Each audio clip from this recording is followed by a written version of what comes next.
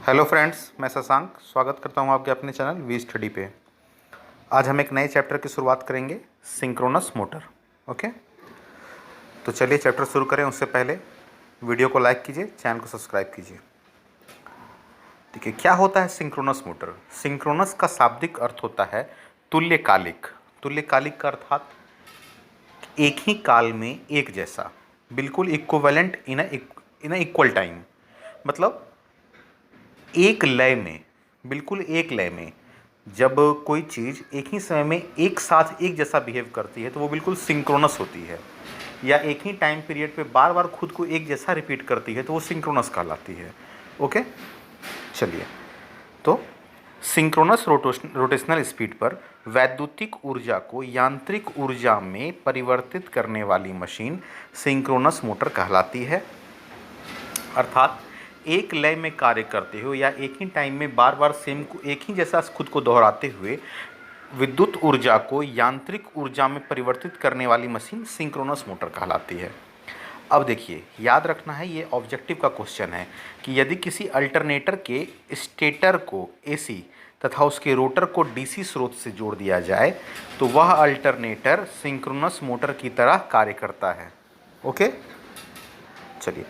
अब दूसरा टॉपिक है, इसमें पॉइंट याद रखना है कि सिंक्रोनस मोटर सेल्फ स्टार्ट नहीं हो सकता।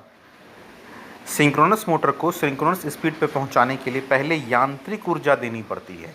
पहले और जब ये एक बार अपने निर्धारित गति पे घूर्णन करना शुरू कर देती है तब इसे आप लोड से संयोजित कर सकते हैं। अब है कंस्ट्रक्शन ऑफ सिंक्रोनस मोटर। देखिए, चूंकि सिंक्रोनस मोटर अल्टरनेटर की तरह ही होता है, थ्री फेज अल्टरनेटर के समान होता है, तो थ्री फेज अल्टरनेटर की तरह ही इसके तीन मुख्य पार्ट होते हैं। पहला है स्टेटर, दूसरा रोटर और तीसरा एक्साइटर। जो पार्ट रुका हुआ होता है उसे स्टेटर कहते हैं, जो पार्ट घूर्णन करता है उसे रोटर कहते हैं, और एक्साइटर जिसके कारण घूर्णन होता है, वो जो वाइंडिंग्स को एक्साइटेड करता है, उत्तेजित करता है, उसे एक्साइटर कहते हैं। चलिए, पहला है हमारा स्टेटर। देखिए, फिगर आप देख लीजिए और फिगर की प्रैक्टिस अच्छा से कीजिए। एग्जाम में आए फिगर बनाने पर अच्छा नंबर मिलता है। देखिए, सिंक्रोनस मोटर का स्थिर भाग स्टेटर कहलाता है। स्टेटर पर ही थ्री फेज का स्टार या डेल्टा वाइंडिंग स्थापित किया जाता है। अब देखिए, वाइंडिंग जो होती है आपकी सिंक्रोनस मोटर की, वो स्टेटर पे ही रहती है, चाहे वो वाइंडिंग स्टार कनेक्टेड हो चाहे वो वाइंडिंग डेल्टा कनेक्टेड हो। अब है, इस वाइंडिंग को एक्साइटेड करने के लिए, उत्तेजित करने के लिए थ्री फेज एसी सप्लाई की आवश्यकता पड़ती है। देखिए, जैसा कि मैंने फिगर में दिखा दिया, ये टर्मिनल बॉक्स है, ये थ्री फेज वाइंडिंग है, और ये जिस चीज़ के अंदर बैठा जो बाहरी खोल हम लोग कहते हैं किसी भी मोटर का, उसे योक कहते हैं। ठीक है। सिंक्रोनस मोटर, अभी रोटर पर रहे हैं। सिंक्रोनस मोटर के में घूर्णन करने वाला पार्ट रोटर कहलाता है। सिंक्रोनस मोटर में घूर्णन करने वाला पार्ट रोटर कहलाता है। वैसे किसी भी मोटर में जो पार्ट घूर्णन करता है वो रोटर कहलाता है, लेकिन हम लोग सिंक्रोनस मोटर पढ़ रहे हैं इसलिए इसी का नाम देके पढ़ा जा रहा है कि सिंक्रोनस मोटर में घूर्णन करने वाला पार्ट रोटर कहलाता है। रोटर पर अस्थायी ध्रुवता उत्पन्न करने के लिए डीसी एक्साइटेड पोल स्थापित किए जाते हैं। ये देखिए, ये सब डीसी एक्साइटेड पोल है। ये दो तरह के रोटर को मैंने फिगर यहाँ बना दिया है। पहला है सेलिएंट पोल और दूसरा सिलेंड्रिकल रोटर।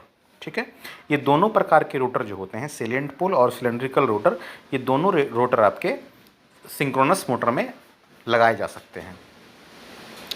अब देखिए, यहाँ डीसी सप्लाई दिया जा रहा है, ये बीच में देख रहे हैं आप, ये डीसी सप्लाई दिया जा रहा है, यहाँ इसके मध्य में डीसी सप्लाई दिया जा रहा है। ठीक है, ये स्लॉट्स हुआ, स्लॉट्स वो पार्ट हुआ जहाँ पे हम वाइंडिंग कॉपर वायर को लपेटते हैं। ठीक है,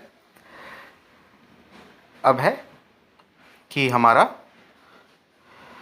जैसे इसमें लिखा हुआ है कि ये ध्रुवता उत्पन्न करने के लिए डीसी एक्साइटेड पोल स्थापित किए जाते हैं, तो उसी प्रकार बिल्कुल जैसे यहाँ पे देखिए, ये मैंने यहाँ दर्शाया है कि सिंक्रोनस मोटर में प्रयोग किए जाने वाले रोटर दो प्रकार के होते हैं। पहला सेलिएंट पोल रोटर, दूसरा सिलेंड्रिकल रोटर।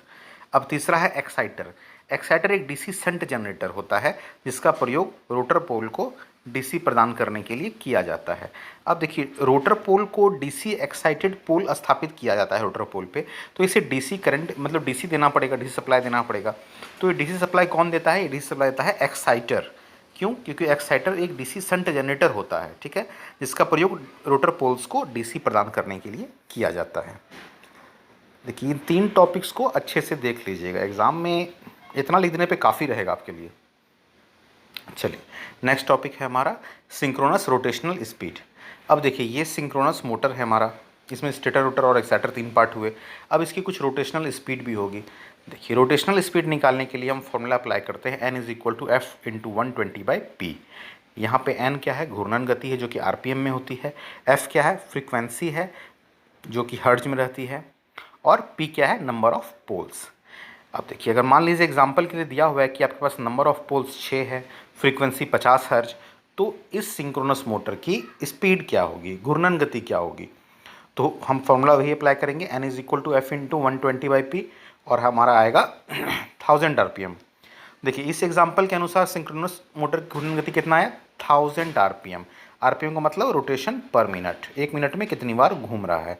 अब देखिए अब यहाँ पे वैल्यू जो 1000 आया है, ये इसकी एक विशेषता ये है सिंक्रोनस मोटर की, जितना वैल्यू आएगा उससे ना एक आरपीएम अधिक होगा ना एक आरपीएम कम होगा। ये सिंक्रोनस स्पीड की घूर्णन की विशेषता होती है। ओके, चलिए आज इतने पे रखेंगे, कल इसी को आगे बढ़ाते हुए नया शुरुआत करेंगे। तब तक के लिए आपका दिन शुभ हो।